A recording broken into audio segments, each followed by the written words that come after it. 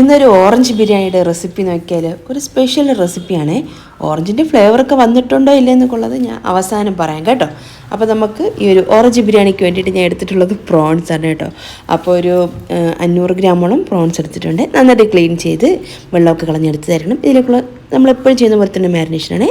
ആവശ്യത്തിന് ഉപ്പും 1 ടീസ്പൂൺ മഞ്ഞൾപ്പൊടിയും 1 ടീസ്പൂണോളം പെരുംജീരകത്തിൻ്റെ പൊടി 1 ടീസ്പൂൺ കാശ്മീരി ചില്ലി പൗഡർ ഇത്രയും കൂടെ ചേർത്ത് നന്നായിട്ടൊന്ന് മാരിനേറ്റ് ചെയ്ത് ഒരു 15-20 മിനിറ്റ് ഒന്ന് മാറ്റി വയ്ക്കാം.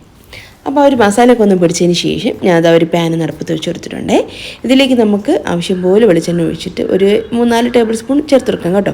എന്നിട്ട് നമുക്ക് ഈ ഒരു പ്രോൺസ് ഒന്ന് ആദ്യം ഫ്രൈ ചെയ്തെടുക്കാം. നല്ല ഫൈനായിട്ടൊന്ന് ഫ്രൈ ചെയ്തെടുക്കാം കേട്ടോ. നമ്മൾ ഷാലോ ഫ്രൈ അല്ല, ഫുള്ളായിട്ടൊന്ന് നമ്മളിപ്പോൾ ഒരു പൊരിച്ച ഒരു പ്രോൺസ് എങ്ങനെയാണ് കഴിക്കുന്നത് അതുപോലത്തെ രീതിയിൽ നമുക്കൊന്ന് ഫ്രൈ ചെയ്തിട്ടെടുക്കാം. അപ്പോൾ എന്തായാലും പ്രോൺസൊക്കെ ഒന്ന് ഫ്രൈ ആയി വരട്ടെ. ആ ഒരു ടൈം കൊണ്ട് നമുക്ക് റൈസിലേക്കുള്ള കാര്യം നോക്കാം. ഞാൻ അതാ ഒരു കടായാണ് അടുപ്പത്ത് വെച്ച് കൊടുത്തിട്ടുള്ള ഒരു ബിരിയാണി പോട്ട്. അതിലേക്ക് വെളിച്ചെണ്ണയും നെയ്യും ചേർത്തെടുക്കും. ഓരോ ടേബിൾ സ്പൂൺ വെളിച്ചെണ്ണയും 1 ടേബിൾ സ്പൂൺ നെയ്യും. പിന്നെ അത് ചെറിയൊരു കൈപ്പിടി നിറച്ചും കാഷ്നട്ടും പട്ട, ഗ്രാമ്പൂ, ഏലക്ക ഒരു 3-4 ഏലക്കയും 1 കഷ്ണം പട്ടയും 2-3 കഷ്ണം ഗ്രാമ്പൂവും കൂടെ ചേർത്ത് കൊടുക്കുന്നുണ്ട്. ഒന്ന് റോസ്റ്റ് ചെയ്യാൻ വന്നതിന് ശേഷം നമുക്കതിലേക്ക് ഇതാ 1 ടീസ്പൂൺ ഇഞ്ചി വെളുത്തുള്ളി പച്ചമുളകും കൂടെ ചതച്ചെടുത്തിട്ടുള്ള കൂട്ടാണ്. പിന്നെ ഒരു പകുതി സവാള ചേർത്തെടുക്കാം. എന്നിട്ട് നന്നായിട്ടൊന്ന് വഴിച്ചെടുക്കാം. ഇതൊക്കെ ഏകദേശം നല്ലൊരു കളറൊന്നും മാറി വരണം, അതുവരെ ഒന്ന് വഴിച്ചെടുക്കാം കേട്ടോ. അപ്പോൾ ഇതാ ഇതിനിടയ്ക്ക് പ്രോൺസ് ഒന്ന് കുക്കായി വന്നിട്ടുണ്ട്, പെട്ടെന്ന് റെഡി ആകുമല്ലോ. അപ്പോൾ നന്നായിട്ട് ഫ്രൈ ആയി വന്നിട്ടുണ്ട്. അപ്പോൾ അതുകൊണ്ട് നമുക്കതൊരു വേറൊരു പാത്രത്തിലോട്ടൊന്ന് മാറ്റി വയ്ക്കാം.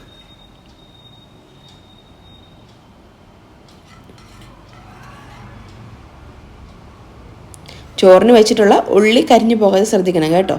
അപ്പോൾ ഞാൻ ഇങ്ങനെ 2 ഇതിലായിട്ട് ചെയ്യുന്നതുകൊണ്ട് പെട്ടെന്ന് ഇങ്ങനെ ചെയ്തെടുക്കുന്നതാണ്. അപ്പോൾ ഫ്ലെയിം കുറച്ച് വെച്ചിരിക്കണം കേട്ടോ അതിൻ്റെ. അപ്പോൾ എന്തായാലും ഞാൻ പ്രോൺസൊക്കെ ഒന്ന് വേറൊരു പാത്രത്തിലോട്ട് മാറ്റിയിട്ടുണ്ട്.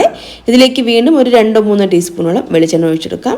ഒരു 2-3 സവാള എടുക്കാം കേട്ടോ. ഒരു മീഡിയം സൈസിലുള്ള 3 സവാളയും 2 വലിയ തക്കാളിയും പിന്നെ ഒരു 2 ടേബിൾ സ്പൂൺ ഇഞ്ചി വെളുത്തുള്ളി പച്ചമുളകും കൂടെ ചതച്ചെടുത്തിട്ടുള്ള കൂട്ട്. ഇതെല്ലാം കൂടെ അങ്ങനെ ഒരുമിച്ച് വെച്ച് കൊടുക്കാനായിട്ടോ. അങ്ങനെ സെപ്പറേറ്റ് വഴിച്ചെടുക്കുന്ന ഒരു സിമ്പിൾ ബിരിയാണി എന്ന് വേണമെങ്കിൽ പറയാം കേട്ടോ. അപ്പോൾ നമുക്ക് അതെല്ലാം കൂടെ ചേർത്തിട്ട് ഒന്ന് വഴിച്ചെടുക്കാം കേട്ടോ. എന്നിട്ട് നമുക്കിതിലേക്ക് ആവശ്യത്തിന് ഒരു മസാലയ്ക്ക് വേണ്ടി മാത്രമുള്ള ഉപ്പ്, പ്രോൺസിൽ നമ്മൾ ഓൾറെഡി ഉപ്പ് ചേർത്തിട്ടുണ്ട്.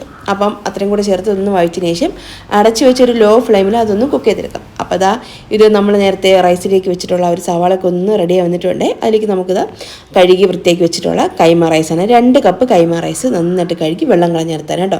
ഞാൻ ഈ ഒരു അരി കുതിർത്തൊന്നും എടുത്തിട്ടില്ല, അങ്ങനെ തന്നെ ചേർത്ത് കൊടുക്കുന്നുണ്ട്. പിന്നെ ഇതിലേക്ക് നമുക്ക് ആവശ്യത്തിനുള്ള ഉപ്പും കൂടെ ചേർത്തിട്ട് ഒരു 5-6 മിനിറ്റ് നല്ലോണം തന്നെ ഒന്ന് വറുത്തെടുക്കാം. അതിനുശേഷം നല്ല തിളച്ച വെള്ളമാണ്.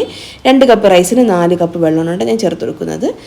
തിളച്ച വെള്ളം കൂടെ ചേർത്തിട്ട് ഒന്ന് ഇളക്കി ഒന്ന് യോജിപ്പിച്ചെടുക്കുന്നുണ്ട്. എന്നിട്ട് നമുക്ക് ഈ ഒരു ടൈമിൽ ഉപ്പിൻ്റെ പാകം നോക്കാം കേട്ടോ. ഉപ്പ് കുറച്ചൊന്ന് മുന്നിട്ട് നിൽക്കുന്നതായിരിക്കും നല്ലത് എപ്പോഴും നമ്മൾ ബിരിയാണി തയ്യാറാക്കി എടുക്കുമ്പോൾ ആ ഒരു റൈസിന് കേട്ടോ. പിന്നെ അതിലേക്ക് നമ്മൾ ചേർക്കുന്നത് ആ ഒരു സ്പെഷ്യൽ ഇൻഗ്രീഡിയൻ്റ് ഇല്ലേ, ഓറഞ്ച്, അതാണ് കേട്ടോ. അപ്പോൾ ഞാൻ ഇവിടെ ഒരു 3 ഓറഞ്ച് എടുക്കുന്നുണ്ട്. കുറച്ച് നമുക്ക് ഗ്രേവിക്ക് ഒഴിക്കാം, കുറച്ച് ഇങ്ങനെ റൈസിൽ ഒഴിച്ചെടുക്കാം. അപ്പോൾ ഒരു ഓറഞ്ചിൻ്റെ പകുതി എടുത്തിട്ട് ഞാൻ ഇതുപോലെ റൈസിലേക്ക് ചേർത്ത് കൊടുക്കുന്നുണ്ട്. എന്നിട്ട് നന്നായിട്ടൊന്ന് ഇളക്കിയതിന് ശേഷം അടച്ച് വെച്ചിട്ട് അതൊന്ന് വേവിച്ചെടുക്കാം. അപ്പോൾ ഇതിനിടയ്ക്ക് തന്നെ ആ ഒരു മസാലയൊക്കെ ഒന്ന് റെഡിയായി വന്നിട്ട് നന്നായിട്ടൊന്ന് ഉടഞ്ഞു വെന്ത് വന്നിട്ടുണ്ട്. ഇനി നമുക്ക് നേരത്തെ ഫ്രൈ ചെയ്ത് മാറ്റി വെച്ചിട്ടുള്ള ഒരു പ്രോൺസ് ഇതിലേക്ക് ചേർത്ത് കൊടുക്കാം. പ്രോൺസും കൂടെ ചേർത്ത് ഒന്ന് ഇളക്കി യോജിപ്പിച്ചതിന് ശേഷം ഇതിലേക്ക് അരിഞ്ഞു വെച്ചിട്ടുള്ള മല്ലിയിലയും പുതിനയിലയും കൂടെ ചേർത്തെടുക്കുന്നുണ്ട്. പിന്നെ അതുപോലെ തന്നെ ഒരു 1/4 കപ്പ് ഓറഞ്ച് ജ്യൂസ് ചേർത്തെടുക്കുന്നുണ്ട് കേട്ടോ. അപ്പോൾ ജസ്റ്റ് ഒരു വീഡിയോയ്ക്ക് വേണ്ടി മാത്രം ഇങ്ങനെ ഒന്ന് പിഴിഞ്ഞ് കാണിച്ചതാണ്. അപ്പോൾ അതൊരു 1/4 കപ്പ് ഓറഞ്ച് ജ്യൂസിനെ എടുത്ത് വെച്ചിട്ടുണ്ട്. അതും കൂടെ നമുക്ക് ഇതിലേക്ക് ചേർത്ത് ഒന്ന് ഇളക്കിയതിന് ശേഷം ഒരുപാട് സമയം തിളപ്പിക്കണം കേട്ടോ. ജസ്റ്റ് ഒന്ന് ചൂടാക്കി എടുത്താൽ മതി. എന്നിട്ട് ഫ്ലെയിം ഓഫ് ചെയ്യാം.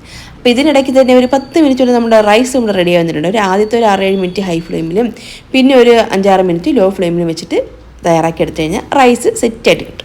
അപ്പോൾ റൈസ് ഞാൻ ഒന്ന് മാറ്റി വെച്ചിട്ട് ആ ഒരു കടായിലോട്ട് തന്നെ നമ്മൾ വേവിച്ച് നേരത്തെ മാറ്റി വെച്ചിട്ടുള്ള ആ ഒരു പ്രോൺസിൻ്റെ മസാലയും പിന്നെ അതിൻ്റെ മുകളിലായിട്ട് നമുക്കിത് റൈസ് വെച്ചെടുക്കാം. പിന്നെ അലങ്കാരപ്പണിക്ക് വേറൊരു സംഭവം എടുക്കുന്നതിൽ ഒരു ഓറഞ്ച് ഇങ്ങനെ റൗണ്ട് ഷേപ്പിൽ കട്ട് ചെയ്തിട്ട് അതിൻ്റെ മുകളിലേക്ക് ഇങ്ങനെ വെച്ചിട്ട് ഒരു 15 മിനിറ്റ് വളരെ ലോ ഫ്ലെയിമിലൊന്ന് ദമ്മിട്ടെടുക്കുന്നുണ്ട്.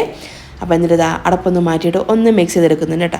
കാണാൻ വലിയ ലുക്കൊന്നും ഇല്ലെങ്കിലും അത്യാവശ്യം നല്ല ടേസ്റ്റ് ഉണ്ടായിരുന്നു. ഓറഞ്ചിൻ്റെ ഫ്ലേവർ ഉണ്ടോ എന്ന് ചോദിച്ചാൽ ഇല്ല കേട്ടോ. നമ്മൾ സാധാരണ പൈനാപ്പിളൊക്കെ ചേർക്കുന്ന സമയത്ത് ആ ഒരു റൈസിന് ആ ഒരു പൈനാപ്പിളിൻ്റെ ഫ്ലേവർ കിട്ടുമല്ലോ. പക്ഷെ അങ്ങനത്തെ ഫ്ലേവറൊന്നും ഇല്ല. എങ്കിലും അത്യാവശ്യം മണവും രുചിയുള്ള ഒരു സിമ്പിളായിട്ടുള്ളൊരു പ്രോൺസ് ബിരിയാണി സെറ്റായിട്ടുണ്ട്. അപ്പോൾ എന്തായാലും ട്രൈ ചെയ്ത് നോക്കട്ടെ. ഒരു പ്രാവശ്യം ഉണ്ടാക്കി നോക്കാം, കുഴപ്പമില്ല. അപ്പോൾ എന്തായാലും ഈ വീഡിയോ കണ്ട എല്ലാ കൂട്ടുകാർക്കും താങ്ക്സ്.